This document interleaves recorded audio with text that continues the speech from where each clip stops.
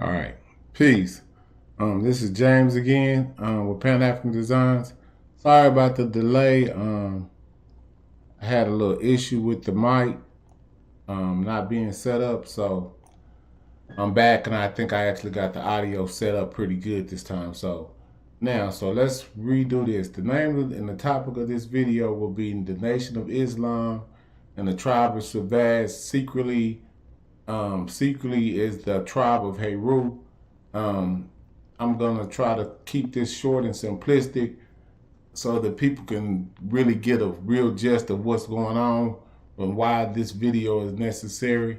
My interest in this is because I actually have a brand, and I've actually been studying our history for quite some time, and I know the significance of the royal falcon of Heru.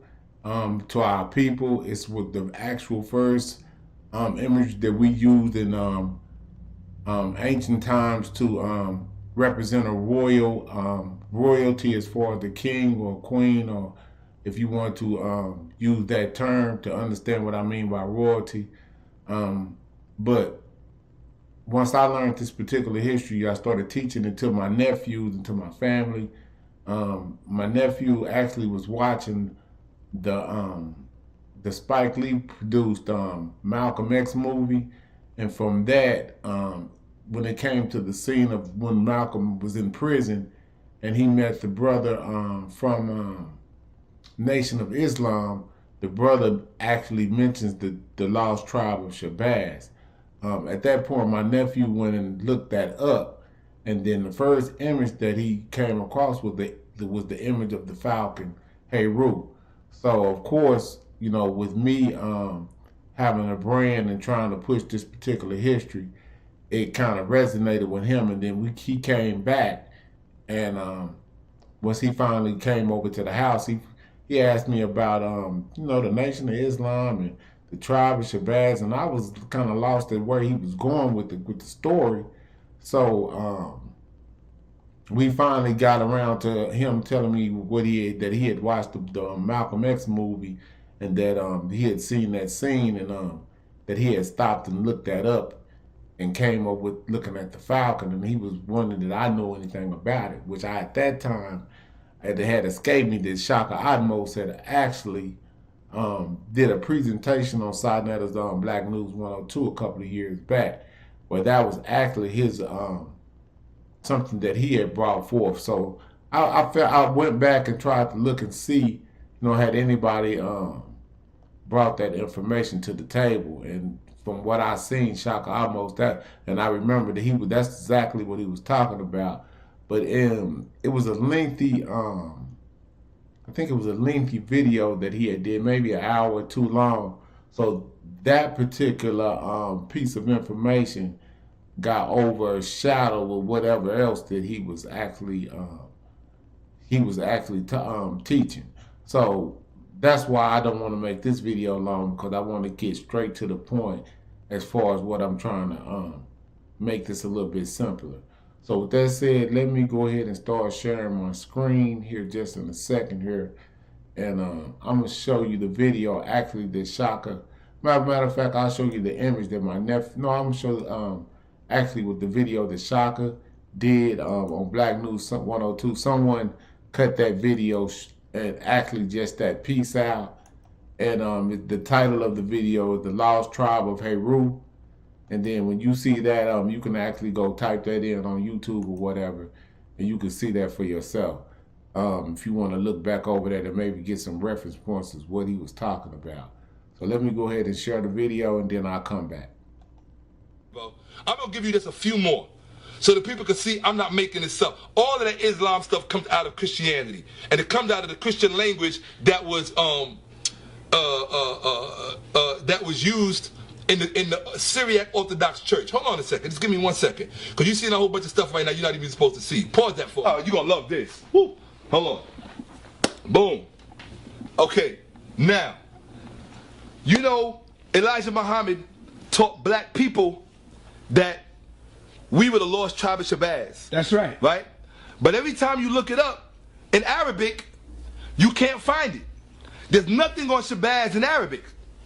Why? Because the language that Fard Muhammad was dealing with was Syriac. He was not dealing with Arabic. Although it came in the Arabic form to you, he was dealing with Syriac. That's why when you look in the Arabic, you can't find anything about Shabazz in the Arabic. I'm going to show you, you have to go to the grandfather language of Arabic, which is Syriac, to crack the code for Islam. I'm going to show you where Shabazz came from. Come here. What language does that say? Eastern Syriac, Western Syriac, Eastern Phonetic. That means, how do you pronounce it? Shabazz. Do you see that? Yep. Shabazz. Am I making it up? No, you're not. Shabazz. It's from the Syriac language. Right here. What does it mean? A falcon or a hawk. Why? Because they associated us with bird-headed gods like Horus, Heru. That's why they call us the lost tribe of Shabazz. You seeing it there with your own two eyes. In Syriac, Shabazz. Where's it at? Right there, Shabazz. You see the little mark over? Matter of fact, I'm going to make this bigger. Hold on. Where's your... here you go. Boom. Now we can make it bigger. So you can see I ain't lying about nothing. Hold on. Let me go back down to my Shabazz. Because this thing changes when you... Here you go. Hold on. Because they think it's a game. I'm not playing with you people. I'm done playing with y'all. Y'all want to... Hold on a second. Here we go. Okay. All right. Now, Okay. So, that's Shaka, what he presented as far as the, you know, the origins of the word Shabazz. But I'm gonna simplify that a little even better with what I'm gonna actually show as far as what I found, and this is even before I found this video, because I actually been doing research for a week as far as trying to make sure I have a full understanding, and I did not look for the tribe of Shabazz, but I didn't look up for the tribe of Heru until the end. And that's when I found the Shaka video, and then that's when I remembered that Shaka did do that presentation, and that was his main point, that they were actually the tribe of Heru. But he didn't put it that way. Whoever titled this video, they titled the video in such a way to where you can kind of understand what I'm trying to convey here. So this is actually the page starting off with, you know, I want to try to start off with the source of the Nation of Islam. So this is Master Fard Muhammad. He arrived in Detroit in 1930, and I don't want to go too much into whatever, but he arrived in Detroit in 1930, and shortly after that he started teaching the Islamic faith to the people in that particular region. That was the first time we had ever been introduced to Islam in the Americas. So that was how that's how we first got any type of word of anything about Islam, and it came through this man, for Wallace Fard Muhammad, if that's his name. But I don't want to keep going on about that. So the next thing of significance is the Nation of Islam. And I'll read the first paragraph, and I'm going to move past that because I really just want to get to what I really want to talk about. So the Nation of Islam, abbreviation, the Nation, the NOI, is an American political and religious movement founded in Detroit, Michigan, United States, by Wallace Fard Muhammad on July the 4th, 1930. So that's when he started the organization. Anybody wants to read up on both of those particular links, you're more than welcome to do so. But like I said, I want to try to keep this short, so I'm going to move on to the actual how the story went as far as what I actually had. And this is just stuff that I researched, and I went through all of this stuff so I can make sure I had a really good understanding of what it is I'm dealing with. So, and that's how you really do research on the back end. If you really want to really understand something, you're going to have to go in. And don't worry about if it's Wikipedia, because you have other sources like the Oxford Dictionary and so forth, that's what Shaka was using. He was using the Oxford Dictionary. But like I said, I want to keep this simplified. So this is the Nation of Islam. If anybody wants to look up anything on them, you're welcome to do so, but I've already done so. So I just want to show you the two references that you're going to need to get to this point to where you have a full understanding of what's happening. Okay, now, this is the image that my nephew, when he looked up, this is what he seen. Okay, and if anybody knows anything about Heru, this is what Heru looks like. It's a falcon with the sun disk and the unks and the actual the hieroglyphics we call the Medu Neter on the sides. I can't read any of this, but there are some people who can. But regardless of that, I'm going to read the first little introduction here, then I'm going to go into what the tribe of Shabazz on Wikipedia says, and I may just go into the name exclusively instead of the story, because that's kind of irrelevant. If you want to go look that up, you're more than welcome to do so. So it says, according to the Nation of Islam, the tribe of Shabazz was a supposed ancient black nation that migrated into Central Africa, led by a leader named Shabazz. The concept is found primarily in the writings of Wallace Fard Muhammad and Elijah Muhammad. So, okay, with that said, that's just the introduction piece. And it says, according to the autobiography of Malcolm X, all races except the white race were byproducts of the tribe of Shabazz. Like I said, I don't want to go into the story, so I'm going to skip past the story. You're more than welcome, again, to go back and read that. But I want to get into the significance of how the tribe of Shabazz is secretly the tribe of Heru. So this is the name, and this is how you come up when you're doing research, or if you know how to use kind of like the dictionary on the internet. It's certain sections that'll tell you like the story, background, the etymology of a word, and so forth. And then you go down here and here's the notes, and they'll tell you how did they come to their conclusion. And you can go back and get these books and get the references of how they found out all this type of information. But with that said, this is just the name portion of the of the origins of Shabazz, or whatever they have to say about it. And in the name, I'm going to read this, and then I'm going to stop at a couple of key points and let you know how we know that this is what they're doing. And some people may already know this, but for some reason, this needs to be in the forefront of any conversation dealing with the Nation of Islam and their history. Because if we're going to ever unify, and we know real history right now and how our people got indoctrinated both here and on the continent of Africa, we have to try to unify up under the origins and the chronology of our history. And if this is just a pleasurized portion of African history, I think that it would be best if we discarded this and use the original history so that we can unify and quit separating ourselves based on false history and fragmenting ourselves and making ourselves weaker. So let me go ahead and read this, and then I'll come back and I'll close out. So this is the name, and then so y'all make sure you pay attention to certain key points. Okay, it says the name may be related to the Arabic word shab, a people, and as, to be mighty or glorious. However, and that's a key point, the name's etymology is likely Indo-European, as there is a similar Persian name, Shabazz, meaning royal falcon or eagle.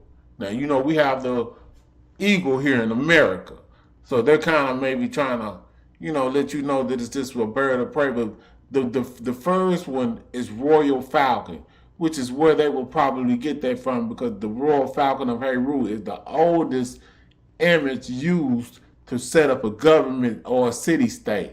We have that documented with the Norman's palette, sometimes known as King Scorpio. I mean, they're really trying to King Scorpio, King Narmer. So that's the first time they've ever documented, and I think they have an ashtray that's in Nubia or that's off in Kush that's a little bit older. That they have that. They also have the royal falcon associated with the king of that little bit earlier age. But okay, but let me finish reading. It says a contraction of Shah meaning king and Baz meaning hawk or falcon. See? So this is what they're saying. They're saying Shabazz means royal falcon or eagle. A contrast of Shah's means king, and the last word Baz means hawk or falcon. So it means the king or falcon king or royal king. It says popular among Bosnia, Turkey, India, Pakistan, and Pakistani Muslims. Shah is from Old Persia, king. Itself derives from Proto-Indo-Irania. He controls, ultimately from Proto-Indo-European, to control land. It says in Greek, it means to procure, to annex, meaning, dominate. Yeah, and then the other one, it says dominate. Baz is a term derived from Middle Persia. Malcolm X used the surname Shabazz from 1949 because he believed that he himself to be a descendant of the tribe. So I can pretty much stop reading there because that's the point that's the pretty much paragraph that I really wanted everybody to see. And so from what they're saying, if you know the history of Heru, or you know the history of the Royal Falcon, you know that the first image of Heru comes from the Nile Valley. It comes from those people who first set up the whole writing system of the world, the mathematics, documentation, the physical documentation with medicine, dentistry, astrology, and you name it. Well, the source of all civilization is the Nile Valley. And even the imagery of royalty, if you go look up America, if you go look up Russia, if you go look up Germany, if you look at Mexico, all of these people have this flag with that royal falcon on it to represent their claim to royalty in their particular territory. That's why I say it's important for us to take back that image and represent it, just like we letting them do the stuff that they doing with the award shows, and we're begging them to be able to be accepted in their awards, when actually we should be making some type of a Ptah awards and usurping them and letting them know everything that they stole. So if you're interested in trying to take back all of our information and really want to fight, you wouldn't be really necessarily upset with certain things. I mean, it's really an extensive fight that we're dealing with, and when you're dealing with the history, it's a lot of stuff that we got wrong, and we got to understand from a standpoint of not trying to show each other up. I mean, this is not me trying to show anybody up. I'm not angry. I'm trying to be more helpful than anything in regards to trying to get our people to understand that we have to unify instead of divide ourselves, and keep ourselves really as fragmented as possible. I'm going to do another video dealing with what is that new movement, the ADOS. Now, if I don't do it today, I'm definitely going to do it tomorrow, while I deal with just the whole backwardness of the ideology to fragment yourself in such a way to where you leave yourself vulnerable from your strengths.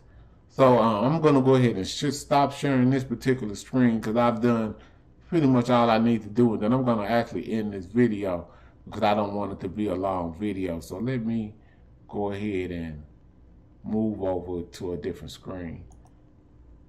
And yeah, so that's pretty much all I wanted to say. How you doing, Kamani? I see you on online here. But yeah, that's pretty much all I wanted to say. I think that that's a significant thing to know the origins of Shabazz.